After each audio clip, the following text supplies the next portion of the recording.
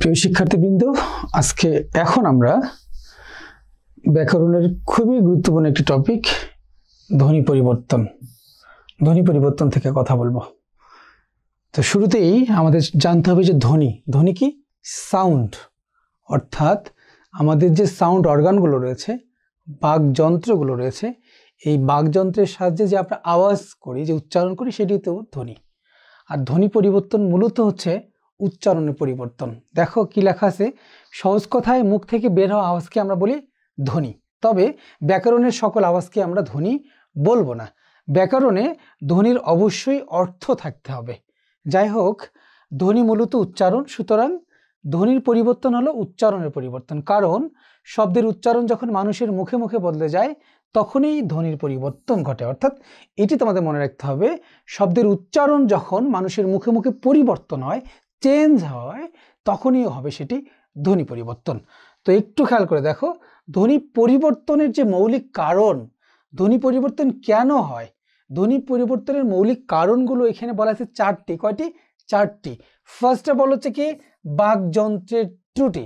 কারো যদি সাউন্ড অর্গানগুলো যদি সঠিকভাবে কাজ না করে, যদি কোনো ত্রুটি থেকে থাকে, সেক্ষেত্রে ধ্বনিটি চেঞ্জ হয়ে যায়, পরিবর্তন হয়ে যায়। শ্রবণের সমস্যা, যদি কেউ ভুল শোনে তখন সে কিন্তু ভুল উচ্চারণ করে, অর্থাৎ তখন ধ্বনির পরিবর্তন হয়ে যায়। এরপর দেখো অবস্থানগত পার্থক্য এবং ভৌগোলিক কারণ। ভৌগোলিক এবং অবস্থানগত কারণে কিন্তু ধ্বনিগুলো পরিবর্তন হয়ে যায়। কেননা দেখো ভৌগোলিক কারণে কিভাবে পরিবর্তন হয়। দেখো আমাদের ময়মনসিংহ অঞ্চলের লোকজন একভাবে কথা বলে, একই শব্দ ভিন্নভাবে উচ্চারণ করে। নোয়াখালীর লোকজন একই শব্দ ভিন্নভাবে উচ্চারণ করে, বরিশালের লোকজন একই শব্দ ভিন্নভাবে উচ্চারণ করে, এবং পুরান ঢাকার লোকজন একই শব্দ ভিন্নভাবে উপস্থাপন করে। তাহলে অবস্থানগত বা ভৌগোলিক কারণেও ধ্বনি পরিবর্তন হতে পারে। তাহলে মৌলিক কারণ, অর্থাৎ ধ্বনি পরিবর্তনের মৌলিক কারণ চারটি। সে চারটি কারণ আমরা এখানে আলোচনা করলাম। কি কি? বাকযন্ত্রের ত্রুটি, শ্রবণের সমস্যা, অবস্থানগত এবং ভৌগোলিক কারণ। এরপর আসো যে ধ্বনি পরিবর্তন যে প্রক্রিয়া, এই ধ্বনি পরিবর্তন প্রক্রিয়াটা কয়টি উপায়ে সংগঠিত হয়? এটি তিনটি উপায়ে সংগঠিত হয়।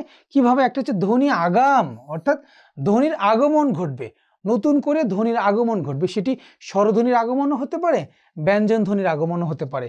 ধ্বনি বিলোপ, অর্থাৎ ধ্বনি চলে যাবে। আর একটা হচ্ছে ধ্বনি রূপান্তর, অর্থাৎ একাধিক ধ্বনি মিলে একটা ধ্বনি হবে, অর্থাৎ ধ্বনি রূপান্তর হতে পারে, চেঞ্জ হবে আর কি ধ্বনির। এই বিষয়টি তোমাদের মনে রাখতে হবে। এখন আমরা শিখেছিলাম ধ্বনিতত্ত্বের আলোচনা, এটি ছিল যে ধ্বনি মূলত দুই প্রকার। একটি হচ্ছে কি স্বরধ্বনি, যেটাকে আমরা বলি ভাওয়েল সাউন্ড, আর একটা হচ্ছে কনসোনেন্ট সাউন্ড, যেটাকে আমরা বলি ব্যঞ্জন ধ্বনি। তাহলে স্বরধ্বনির পরিবর্তন আর হচ্ছে কি ব্যঞ্জন ধ্বনির পরিবর্তন। তাহলে ধ্বনি পরিবর্তন প্রধানত কিন্তু দুই ধরনের, একটা হচ্ছে কি স্বরধ্বনির পরিবর্তন, আর একটি হচ্ছে ব্যঞ্জন ধ্বনির পরিবর্তন। তো প্রিয় শিক্ষার্থীবৃন্দ, শুরুতে আমরা স্বরধ্বনির পরিবর্তনটি আলোচনা করব। মনে রাখবে, এই ধ্বনি পরিবর্তন যে টপিকটি তোমরা পড়ো, এটি সর্বপ্রথম তোমরা 9-10-এ পড়েছো। খুবই ক্রিটিক্যাল একটি টপিক। যদি তোমরা খুব মনোযোগ সহকারে এবং বিশ্লেষণ করে না পড়ো, যদি তোমরা মুখস্থর দিকে তোমাদের বেশি গুরুত্ব থাকে, সেক্ষেত্রে কিন্তু এই টপিকটি তোমরা বুঝতে পারবে না। এখন মনোযোগ দাও, আমরা আলোচনা করছি কি স্বরধ্বনির পরিবর্তন, অর্থাৎ ভাওয়েল সাউন্ডের যে পরিবর্তন হবে সেটি। স্বরধ্বনির পরিবর্তনগুলো অনেক প্রকারের। শুরুতে আমরা শিখবো হচ্ছে কি স্বরাগম। কি আলোচনা করব? যে স্বরাগম। স্বরধ্বনির শুরুতে আমরা আলোচনা করব হচ্ছে কি স্বরাগম, অর্থাৎ স্বরধ্বনির যে পরিবর্তনগুলো হয়, এই পরিবর্তনের প্রথমে আমরা শিখব স্বরাগম, অর্থাৎ স্বরের আগমন, নতুন করে স্বর চলে আসবে, আগমন ঘটবে, সেটি হচ্ছে কি স্বরাগম। অর্থাৎ স্বরের আগমনকে বলা হয় স্বরাগম, অর্থাৎ উচ্চারণের শব্দের আদি, মধ্য কিংবা অন্তে স্বরধ্বনির আগমন ঘটলে সেটি হয় স্বরাগম। তাহলে স্বরাগম কয় প্রকার হতে পারে? স্বরাগম হতে পারে তিন প্রকার। কয় প্রকার? তিন প্রকার। কি কি? একটি হচ্ছে আদি স্বরাগম, যদি শুরুতেই স্বরের আগমন ঘটে সেটি হচ্ছে আদি স্বরাগম। একটি হচ্ছে মধ্য স্বরাগম, অর্থাৎ মাঝখানে যদি স্বরের আগমন ঘটে সেটি হচ্ছে মধ্য স্বরাগম। আর একটি হচ্ছে কি অন্ত স্বরাগম, অর্থাৎ শেষে যদি স্বরের আগমন ঘটে সেটি হচ্ছে কি অন্ত স্বরাগম। প্রিয় শিক্ষার্থীবৃন্দ, আমরা দেখতে পাচ্ছি স্বরাগম কয় প্রকার? স্বরাগম হচ্ছে তিন প্রকার। কি কি? একটি হচ্ছে আদি স্বরাগম, একটি কি?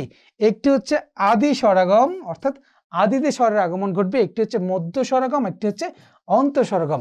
এখানে তোমাদের দুটি বিষয় মনে রাখতে হবে। একটি হচ্ছে যেটি মধ্য স্বরাগম, এই মধ্য স্বরাগমের বিকল্প নামটি হচ্ছে বিপ্রকর্ষ নতুবা স্বরভক্তি। যদি মধ্য স্বরাগম আসে পরীক্ষায় তোমরা খুব সহজে উত্তর করতে পারো, কিন্তু যখন আসবে নিচের কোনটি বিপ্রকর্ষ বা নিচের কোনটি স্বরভক্তির উদাহরণ, সেক্ষেত্রে কিন্তু তোমরা ভুলে যাও উত্তর জানা সত্ত্বেও। এক্ষেত্রে মনে রাখতে হবে যেটি মধ্য স্বরাগম সেটি বিপ্রকর্ষ, সেটি হচ্ছে কি স্বরভক্তি। আচ্ছা, এরপরে খেয়াল করে দেখো আমরা কি বলছিলাম, আমরা এখন স্বরাগম 3 প্রকার, এই 3 প্রকার স্বরাগম আমরা আলোচনা করব। এখন আসো দেখো শুরুতেই আছে কি আদি স্বরাগম। তোমাদের যে কথাটি বলতে চেয়েছিলাম, এই যে ক্লাসিফিকেশনগুলো রয়েছে, এই ক্লাসিফিকেশনের যে পারিভাষিক শব্দগুলো রয়েছে, সে পারিভাষিক শব্দগুলো অবশ্যই তোমাদের মনে রাখতে হবে। কেননা অনেক সময় প্রশ্ন আসে আদি স্বরাগমের পারিভাষিক রূপ কি বা প্রোথেসিস কি। তাহলে প্রোথেসিস হচ্ছে আদি স্বরাগম। এখন দেখো আদি স্বরাগম শুনেই কিন্তু আমরা বুঝতে পারছি কি আদি স্বরাগম অর্থাৎ আদিতে স্বরের আগমন অর্থাৎ শুরুতেই স্বরের আগমন। যদি শুরুতেই স্বরের আগমন ঘটে সেটি হবে কি আদি স্বরাগম। যেমন উদাহরণ এখানে বলা আছে যে স্পর্ধা, কি বলা আছে? স্পর্ধা। স্পর্ধা থেকে তোমরা দেখো কি আছে, স্পর্ধা থেকে বলা আছে আস্পর্ধা। তাহলে এখন দেখো একটু খেয়াল করে দেখো প্রিয় শিক্ষার্থীবৃন্দ, আমাদের একটি নতুন স্বর স্পর্ধা থেকে কি আস্পর্ধা অর্থাৎ নতুন একটি স্বর আসলো, সেটা হচ্ছে কি আ। যেমন আমি যদি বলি দেখো স্কুল, স্কুল থেকে কি আসছে? স্কুল। তাহলে এখানে নতুন একটি স্বর আসছে কি, সেটা কি ই। স্ত্রী থেকে স্ত্রী, এখানে কি নতুন একটি ই। অর্থাৎ যখন আদিতে স্বর আগমন ঘটবে তখন এটি হবে কি আদি স্বরাগম। এরপর খেয়াল করে দেখো মধ্য স্বরাগম বা বিপ্রকর্ষ বা স্বরভক্তি অর্থাৎ সাধারণত শব্দের মাঝখানে যদি স্বরধ্বনির আগমন ঘটে সেটা হবে কি মধ্য স্বরাগম। অর্থাৎ মাঝখানে যদি স্বরের আগমন ঘটে সেটা হবে কি মধ্য স্বরাগম। যেমন উদাহরণ দেওয়া আছে কি জানালা, কি বলা আছে বাবা? যেমন জানলা, এই জানলা শব্দটি থেকে আসছে কি ব্যুৎপত্তি নির্দেশক চিহ্ন দাও, দেয়া আছে কি যা না লা। একটু খেয়াল করে দেখো, তাহলে জানলা থেকে কি আসছে? জানালা। তাহলে জানলা থেকে কি আসছে? যা না লা। তাহলে না, এখানে একটু খেয়াল করে দেখো নতুন একটি স্বরের আগমন ঘটছে, সেটা হচ্ছে কি আ। এই যে দেখো জানলা থেকে কি আসছে? জানালা। তাহলে এখানে কি আসছে? আসছে। আল্লাহ থেকে আসছে কি আলানা। তাহলে এখানে কি আসছে?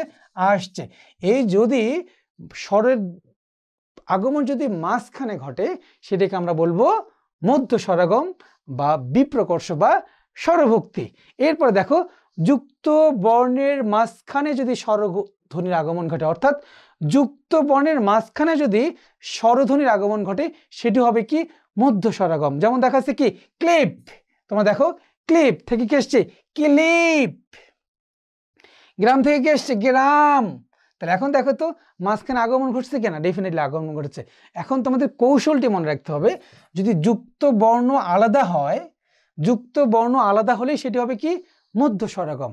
যেমন এই সহজ কৌশলটি প্রয়োগ করে যে কোনো মধ্য স্বরাগমের প্রশ্ন তোমরা চিনতে পারবে। যেমন এখানে আছে কি ধর্ম, ধর্ম থেকে কি আসছে? ধরম। তাহলে র, এখানে কি আসছে? দেখো তো মাঝখানে একটি অ আসছে কিনা? অধ্বনি আসছে কিনা? অধ্বনি আসছে। সুতরাং মনে রাখতে হবে যদি মাঝখানে অর্থাৎ শব্দের মাঝে যদি স্বরের আগমন ঘটে সেটি হচ্ছে কি মধ্য স্বরাগম। অর্থাৎ যুক্ত বর্ণ আলাদা হলেই সেটি মধ্য স্বরাগম হয়। এই কৌশলটিও তোমাদের মনে রাখতে হবে। এর আরো উদাহরণ, অনেক উদাহরণ তোমাদের দেওয়া আছে। যেমন দেখো পেরিতি থেকে কি আসছে? পেরিতি। অর্থাৎ এখানে প এবং র যুক্ত বর্ণটি আলাদা হয়েছে। ভ্রু থেকে ভুরু, এখানে ভ থেকে র আলাদা হয়েছে। এরকম যে উদাহরণগুলো তোমাদের দেওয়া আছে এগুলো খুব সুন্দর করে একদম বিশ্লেষণ করে করে তোমরা দেখবে, তাহলে তোমাদের মনে রাখতে কোনো সমস্যাই হবে না। মনে রাখবে শব্দে যে সংযুক্ত ধ্বনিটি থাকবে, আমি আবারও বলছি শব্দে যে সংযুক্ত ধ্বনিটি থাকবে সেই সংযুক্ত বর্ণের ঠিক মাঝে নতুন করে স্বরধ্বনি আসবে। এটি হচ্ছে মধ্য স্বরাগমের একটি বিশেষ বৈশিষ্ট্য। এবং এখানে খুব সুন্দর করে দেখো ব্যাখ্যাগুলো করা আছে। এই ব্যাখ্যাগুলো তোমরা একটু একটু যদি তোমরা দেখে একদম মনোযোগ দিয়ে যদি দেখো, একদম ভেঙে ভেঙে দেখো, একদম ভেঙে ভেঙে ভেঙে ভেঙে ভেঙে ভেঙে দেখানো আছে। তোমরা একটু মনোযোগ দিয়ে যদি খেয়াল করো তাহলে তোমাদের বুঝতে কোনো অসুবিধাই হবে না। এরপর চলে আসো অন্তঃস্বরাগম। অন্তঃস্বরাগম কি? অন্তঃস্বরাগম অর্থাৎ অন্তে স্বরের আগমন, সেটি হচ্ছে কি? অন্তঃস্বরাগম। এটা একদমই সহজ একটা বিষয়। যেমন এখানে উদাহরণ দেওয়া আছে দিশ, কি বলা আছে? দিশ। দিশ থেকে আসছে হচ্ছে কি? দিশা। এই যে ব্যুৎপত্তি নির্দেশক চিহ্ন দিয়ে আসছে কি? দেখো দিশ থেকে কি আসছে? দিশা। প্রিয় শিক্ষার্থীবৃন্দ, তোমরা খেয়াল করে দেখো, দিশ থেকে কি আসছে? দিশা। তাহলে আমরা এখানে কি খেয়াল করি? তা আমাদের ধ্বনির আমাদের দেখো যে শব্দটি আমরা দেখছি, সেই শব্দের শেষে আধ্বনির আগমন ঘটেছে। কোথায় ঘটেছে? শেষে ঘটেছে। যদি শব্দের শেষে স্বরধ্বনির আগমন ঘটে, সেটা হচ্ছে কি? অন্তঃস্বরাগম। সেটি কি? অন্তঃস্বরাগম। দেখো বেঞ্চ থেকে কি আসছে? বেঞ্চ থেকে আসছে বেঞ্চ ই। তাহলে এইটা কোথায় আসছে? এটা আসছে শেষে। শব্দের শেষে যদি স্বরের আগমন ঘটে, সেটাকে আমরা বলবো অন্তঃস্বরাগম। এরপর খেয়াল করো সুপ্রিয় শিক্ষার্থীবৃন্দ, স্বরের আগমন, স্বরের লোপ। স্বরাগমের বিপরীত হচ্ছে কি? স্বরলোপ। যেটি স্বরলোপ, এই স্বরলোপের বিকল্প নাম হচ্ছে সম্প্রকর্ষ। এটি মনে রাখা তোমাদের জরুরি। তাই স্বরলোপের বিকল্প নামটা হচ্ছে কি? সম্প্রকর্ষ। এটি মনে রাখতে হবে তোমাদের। যেমন দেখো, স্বরাগমের বিপরীত হচ্ছে কি? স্বরলোপ। তাহলে আমরা বলেছিলাম স্বরাগম কয় প্রকার? 3 প্রকার। তাহলে স্বরলোপ হবে কয় প্রকার? 3 প্রকার। তাহলে আদি স্বরাগমের বিপরীত হচ্ছে কি? আদি স্বরলোপ। মধ্য স্বরাগমের বিপরীত হচ্ছে কি? মধ্য স্বরলোপ। অন্তঃস্বরাগমের বিপরীত হচ্ছে কি? অন্তঃস্বরলোপ। অর্থাৎ স্বরাগমের বিপরীত হচ্ছে কি? স্বরলোপ। অর্থাৎ আমরা একটু আগে যে আলোচনাটি করলাম, এটি যদি জাস্ট উল্টিয়ে দাও, তাহলে আমরা এই স্বরলোপটি বুঝতে আমাদের একদম সহজ হয়ে যাবে। যেমন দেখো আদি স্বরলোপ। আদি স্বরলোপ কি? স্বরের লোপ হবে। কোথা থেকে লোপ হবে? আদি থেকে। যদি আদি থেকে স্বর চলে যায়, সেটা হবে কি? আদি স্বরলোপ। যেমন এখানে বলা আছে কি? আ লাবু থেকে লাবু, লাবু থেকে কি? লাউ। আমরা আরো একটি সহজ উদাহরণ দিই। যে উদাহরণটি তোমাদের আমি দিয়েছিলাম, সেটা যদি আমরা বলি, দেখো আমরা যদি বলি যে স্ত্রী, কি বলি? যে স্ত্রী থেকে কি আসছে? স্ত্রী থেকে আসছে স্ত্রী। তাহলে দেখো তো এখানে আমরা বিপরীত হয়ে গেল। আগে যে উদাহরণটি দিয়েছিলাম তার বিপরীত। অর্থাৎ এখানে এই যে ইটা কোথা থেকে চলে গেল? ইটা আদি থেকে চলে গেল। দ্যাট মিনস এটি হবে কি? আদি স্বরলোপ। যেমন আমরা শিখেছিলাম কি? জানলা থেকে জানালা। তাহলে আমরা এখানে কি দেই? জানালা। তো জানালা থেকে কি আসছে? সাপোজ আমরা বললাম যে জানলা। তাহলে দেখো তো এখানে জানালা, তাহলে এখানে আ রয়েছে, এই আটা এখানে লোপ পেয়েছে কিনা? এখানে আটা লোপ পেয়েছে। সুতরাং এটাকে আমরা বলবো মধ্য স্বরলোপ। কি বলবো? মধ্য স্বরলোপ। কি বলবো? মধ্য স্বরলোপ। যে উদাহরণটি আমি তোমাদের দিয়েছি, সেই উদাহরণটি দেখো এখানে রয়েছে। রয়েছে কিনা একটু খেয়াল করে দেখো। হ্যাঁ, অবশ্যই রয়েছে। এখন প্রসঙ্গত তোমাদের যে কথাটি বলা দরকার, একটু খেয়াল করে দেখবা। যেমন দেখো এখানে তোমাদের সুবর্ণ, সুবর্ণ থেকে কি আসছে? স্বর্ণ। কি আসছে? স্বর্ণ। দেখো এখানে স এর সাথে ব যুক্ত হয়েছে বলে, দেখো স এর সাথে ব যুক্ত হয়েছে বলে স এবং ব এর যে মধ্যবর্তী কি? উকার। কি? উকার। এই উকারটা এখানে লোপ পেয়েছে। লোপ পেয়েছে কিনা? স এর পরে কি এখানে উ, তাই কিনা? তাহলে দেখো তো এই উকারটা লোপ পেয়েছে, অর্থাৎ মাঝখান থেকে চলে গিয়েছে। সেক্ষেত্রে আমরা এটাকে বলবো মধ্য স্বরলোপ। অর্থাৎ মাঝখান থেকে যদি স্বরের লোপ হয়, সেটাকে আমরা বলবো মধ্য স্বরলোপ। এরপর দেখো অন্তঃস্বরলোপ। অর্থাৎ অন্ত থেকে যদি স্বরধ্বনি চলে যায়, সেটাকে আমরা বলবো অন্তঃস্বরলোপ। যেমন দেখো এখানে উদাহরণ হিসেবে বলা আছে কি? আজি। আমি যদি বলি কি? আজি। আজি থেকে কি? আজ। একটু খেয়াল করে দেখো, আজি থেকে কি? আজ। তাহলে এখন তো আজি। তাহলে এইটার অবস্থান কোথায়? শেষে। শেষ থেকে এখানে চলে গিয়েছে কিনা? দেখো আজি, আমি যদি ভেঙে লিখি তাহলে আ জ ই। তাহলে এখানে কি? আ জ। তাহলে কি দেখো তো শেষ থেকে ই চলে গিয়েছে না? শেষ থেকে ই চলে গেছে। যদি শেষ থেকে ই চলে যায়, অর্থাৎ যেখানে শেষ থেকে স্বরধ্বনি লোপ পাবে, সেটি হচ্ছে কি? অন্তঃস্বরলোপ। প্রিয় শিক্ষার্থীবৃন্দ, আশা করি তোমরা এই অংশটিও বুঝতে পেরেছ। দেখো খুব সুন্দর করে ব্যাখ্যা করা আছে, খুব সুন্দর করে ব্যাখ্যা করা আছে। তোমরা একটু মনোযোগ দিলেই এই বিষয়গুলো তোমাদের জন্য অনেক ক্লিয়ার হয়ে যাবে। এরপর আসো আমরা আলোচনা করব কি? অপিনিহিতি। দেখো কি আছে? অপিনিহিতি। এখানে একটা বিষয় মনে রাখবো। দেখো অপিনিহিতি, এখানে শুধু ইর ব্যাপার, শুধু ই। কয়টি এখানে রয়েছে? ই। মনে রাখবে সহজ কথা, অপি অর্থ হচ্ছে পূর্বে আর নীতি অর্থ হচ্ছে কি অবস্থান, অর্থাৎ অপিনীতি অর্থ পূর্বে অবস্থান।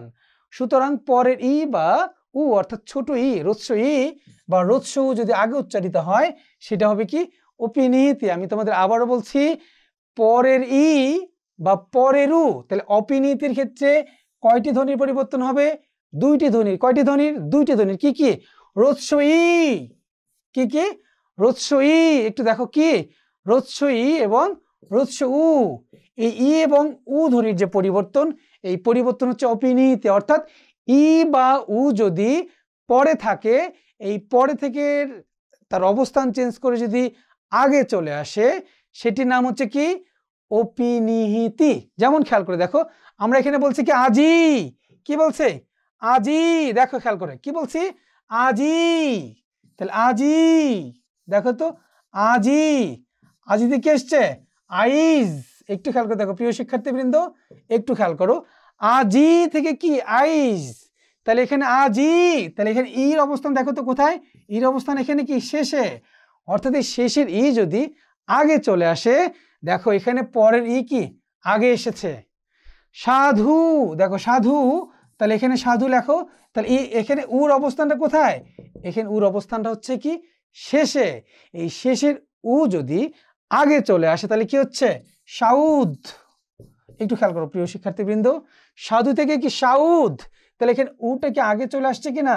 উটা আগে চলে আসছে। মনে রাখতে হবে অপিনীতির ক্ষেত্রে দুটি স্বরের পরিবর্তন, একটা হচ্ছে রস্য উ আর একটা হচ্ছে কি রস্য ই। অর্থাৎ এই রস্য ই এবং রস্য যদি এর অবস্থান থেকে আগে চলে আসে, এই আগে চলে আসার নামে হচ্ছে কি অপিনীতি। আজি আইজ, এটা আগে আসলো। সাধু সাউদ, উটা আগে আসলো। এই যে ই বা উর যে আগের যে চলে আসা, এই চলে আসার যে প্রক্রিয়া, সেই প্রক্রিয়াটি হচ্ছে অপিনীতি। প্রিয় শিক্ষার্থীবৃন্দ, আশা করি তোমরা এই অংশটিও বুঝতে পেরেছ এবং আমাদের পিপিটিতে যে সুন্দর করে ব্যাখ্যা দেওয়া আছে, এই ব্যাখ্যাগুলো যদি তোমরা লাইন টু লাইন পড়ো তাহলে তোমাদের আর কোনো কনফিউশন থাকবে না।